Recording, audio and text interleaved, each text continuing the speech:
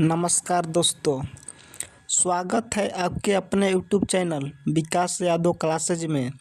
तो आइए हम इस वीडियो में डोसेंट समान ज्ञान पढ़ेंगे, जिसमें हम चैप्टर वैदिक सभ्यता को पढ़ेंगे। वैदिक काल का विभाजन दो भागों।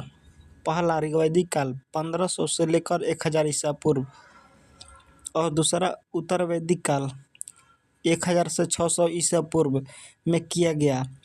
आर्य सर्वप्रथम पंजाब एवं अफगानिस्तान में बसे। मैक्स मुलर ने आर्यों का मूल निवास स्थान मध्य एशिया को माना है। आर्यों द्वारा निर्मित सभ्यता वैदिक सभ्यता कहलाई। यह एक ग्रामीण सभ्यता थी। आर्यों की भाषा संस्कृत थी। आर्य शब्द भाषा समूह को इंगित करता है। आर्यों के प्रशासनिक इकाई आरोही क्रम से इन 5 भागों में बटा था। कुल ग्राम 5 भाग। कुल ग्राम 20 जन राष्ट्र। ग्राम के मुखिया ग्रामीणी, 20 का प्रधान 20 पति एवं जन के शासक राजन कहलाते थे। राजाधिकारियों में पुरोहित एवं सेनानी प्रमुख थे। वशिष्ठ रूढ़िवादी एवं विश्वामित्र उदार पुरोहित थे। सूत, रथकार व कमादी नामक अधिकारी रत्नी कहे जाते थे। इनकी संख्या राजा सहित करीब 12 हुआ करती थी। पूरब दुर्गपति एवं अश्वप जनता की गतिविधियों को देखने वाले को गुप्तचर होते थे। वाजपति गोचर भूमि का अधिकारी होता था। उग्र अपराधियों को पकड़ने का कार्य करता था। भाग 2 राजस्व कर एकत्र करने वाला अधिकारी था। ऋग्वेद में किसी तरह के नए अधिकारी का उल्लेख नहीं है। सभा एवं समिति राजा को सलाह देने वाली संस्था थी। सभा श्रेष्ठ एवं संभ्रांत लोगों की संस्था थी, जबकि समिति सामान्य जनता का प्रतिनिधित्व करती थी। इसके अध्यक्ष को ईशान कहा जाता था। स्त्रियां सभा एवं समितियों में भाग ले सकती थी। युद्ध में कबीले का नेतृत्व राजा करता था। युद्ध के लिए गविष्टि शब्द का प्रयोग किया गया है, जिसका अर्थ है गायों की खोज। 10 राज्य युद्ध का उल्लेख ऋग्वेद के 7वें मंडल में है। यह युद्ध परशुणी, जो कि रावी नदी के तट पर सुदास एवं 10 जनों के बीच लड़ा गया। ऋग्वैदिक समाज 4 वर्गों में विभक्त था। वे वर्ण हैं ब्राह्मण, क्षत्रिय, वैश्य और शूद्र। यह विभाजन व्यवसाय पर आधारित था। ऋग्वेद के 10 मंडल के पुरुष सूक्त में चतुर्वर्ण का उल्लेख मिलता है। इसमें कहा गया है कि ब्राह्मण परम पुरुष के मुख के, क्षत्रिय उनकी भुजाओं से, वैश्य उनकी जांघों से और शूद्र उनके पैरों से उत्पन्न हुए। आर्यों का समाज पितृ प्रधान था। समाज की सबसे छोटी इकाई परिवार या कुल थी, जिसका मुखिया पिता होता था, जिसे कुलप कहा जाता था। उपनिषदों की कुल संख्या 108। महापुराणों की संख्या है 18। वेदांग की संख्या है 6। स्त्रियां इस काल में अपने पति के साथ यज्ञ कार्य में भाग लेती थी। बाल विवाह एवं पर्दा प्रथा का प्रचलन नहीं था। विधवा अपने मृतक पति के छोटे भाई देवर से विवाह कर सकती थी। स्त्रियां शिक्षा ग्रहण करती थी। ऋग्वेद में लोपामुद्रा, घोषा, सिक्ता, आपला एवं विश्वास जैसी विदुषी स्त्रियों का वर्णन है। गार्गी ने याज्ञवल्क्य को वाद विवाद की चुनौती दी थी। प्रमुख दर्शन एवं उनके प्रवर्तक। चरवाक दर्शन के प्रवर्तक चवार्क, योग के प्रवर्तक पतंजलि, सांख्य दर्शन के प्रवर्तक कपिल, न्याय दर्शन के प्रवर्तक गौतम, पूर्व मीमांसा के दर्शन के प्रवर्तक जैमिनी, उत्तर मीमांसा के प्रवर्तक बादरायण, वैशेषिक दर्शन के प्रवर्तक कणाद। जीवन भर अविवाहित रहने वाली महिलाओं को अमाजु कहा जाता था। विवाह के समय मिलने वाले उपहार को वहतु कहा जाता था। जीविकापार्जन के लिए वेदांग पढ़ाने वाले अध्यापक उपाध्याय कहलाता था। आर्यों का मुख्य पेय पदार्थ सोमरस था। यह वनस्पति से बनाया जाता था। आर्य मुख्य मुख्यतः 3 प्रकार के वस्त्रों का उपयोग करते थे। पहला वास, दूसरा अधिवास और तीसरा उष्णीय अंदर पहनने कपड़े को निवि कहा जाता था। आर्यों के मनोरंजन के मुख्य साधन थे संगीत, रथगढ़, घोड़दौड़ एवं घुड़क्रीड़ा। आर्यों का मुख्य व्यवसाय पशुपालन एवं कृषि था। महर्षि कणाद को भारतीय परमाणुवाद का जनक कहा जाता है। गाय को अधम या न मारे जाने योग्य पशु की श्रेणी में रखा गया था। गाय की हत्या करने वाले या उसे घायल करने वाले के लिए युद्धों में मृत्युदंड अथवा देश से निकालने की व्यवस्था की गई है। ऋग्वैदिक कालीन नदियाँ।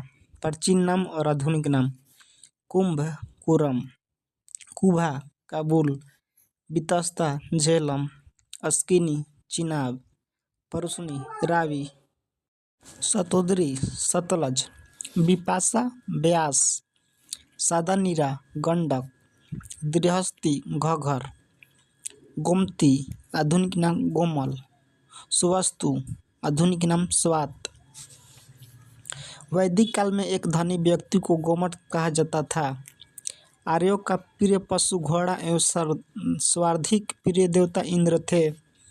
आर्यों द्वारा खोजी गई धातु लोहा थी, जिसे श्याम यश कहा जाता था।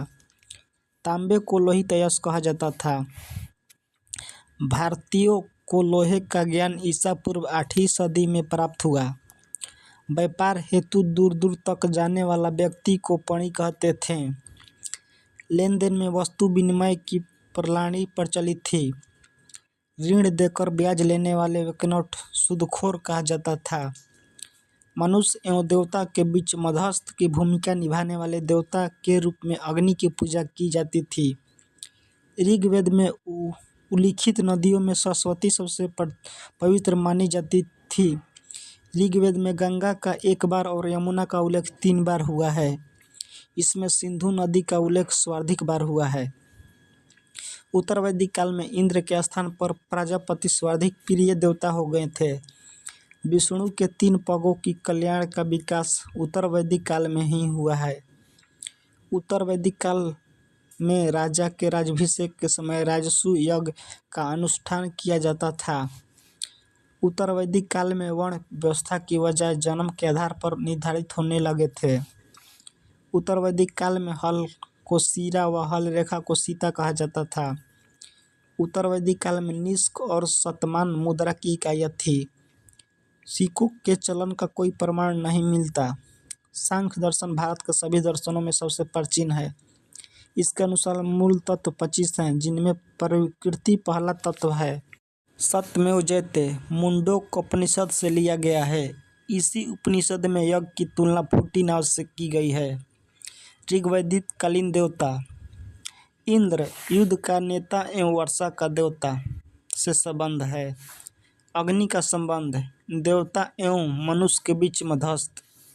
वरुण देवता: पृथ्वी एवं सूर्य के निर्माता। समुद्र का देवता, विश्व के नियामक व शासक। सत्य का प्रतीक, ऋतु परिवर्तन व दिन रात का कर्ता।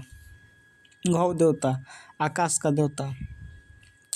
सोम संबंध है, सोम देवता का संबंध वनस्पति देवता से है। उषा प्रगति एवं उत्थान देवता। विपत्तियों को हरने वाले देवता।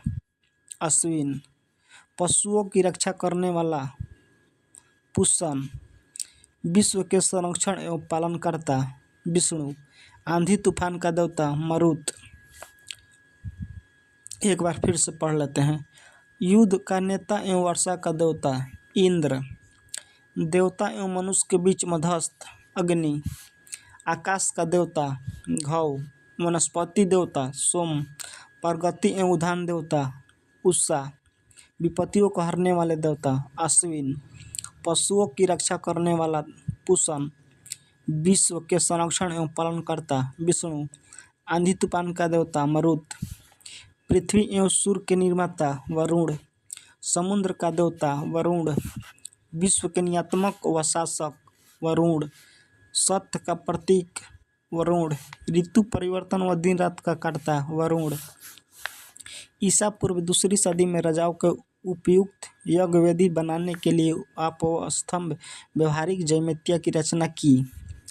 गायत्री मंत्र सवित्री नामक देवता को संबोधित है, जिसका संबंध ऋग्वेद से है। लोगों को आहार बनाने के लिए विश्वामित्र ने गायत्री मंत्र की रचना की। श्राद्ध की प्रथा पहल दत्तात्रेय ऋषि के बेटे निमि से शुरू की। उत्तर वैदिक काल में कौशाम्बी नगर में प्रथम बार पक्की ईंटों का प्रयोग किया गया है। महाकाव्य दो हैं, महाभारत और रामायण। महाभारत का पुराना नाम जैन संहिता है। यह विश्व का सबसे बड़ा महाकाव्य है। गोत्र नामक संस्था का जन्म उत्तर वैदिक काल में हुआ। दर्शन विचारधाराएं। रूढ़िवाद विचारधारा इस संप्रदाय के प्रस्तावक वेदों की प्रामाणिकता पर सवाल नहीं उठाते थे। इनके अनुसार वेद मोक्ष का रहस्य छिपाए सर्वोच्च प्रकाशित धर्म ग्रंथ है। 6 उप संप्रदायों सांख्य, योग, न्याय, वैशेषिक, मीमांसा और वेदांत को षड् दर्शन कहा जाता था। सांख्य विचारधारा। सांख्य दर्शन शास्त्र की पंचतम विचार पद्धति है। सांख्य का शाब्दिक अर्थ गिनना होता है। इस विचारधारा के अनुसार ब्राह्मण प्रभाव या कारक नहीं, बल्कि आत्मज्ञान की मोक्ष की ओर ले जाता है। यह विचारधारा द्वैतवाद में विश्वास रखती है, अर्थात आत्मा तथा पदार्थ दो पृथक सत्ताएं हैं।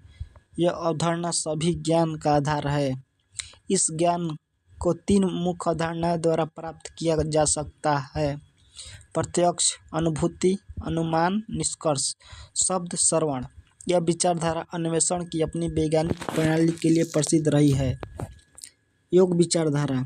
इसके अनुसार मानव शारीरिक प्रयोग तथा ध्यान का प्रयोग कर मुक्ति प्राप्त कर सकता है। मुक्ति प्राप्त करने के साधन हैं: यम नियम, व्यक्ति के जीवन को संचालित करने वाले नियमों का पालन। यम स्व नियंत्रण का अभ्यास करना। प्रत्याहार, विषय का चयन। धारणा, मन को स्थिर करना। ध्यान, चयनित विषय पर ध्यान एकाग्र करना। एवं समाधि, मन तथा पिंड का विलय ही स्वयं को पूर्ण रूप से विच्छेद होने का कारण है। न्याय विचारधारा।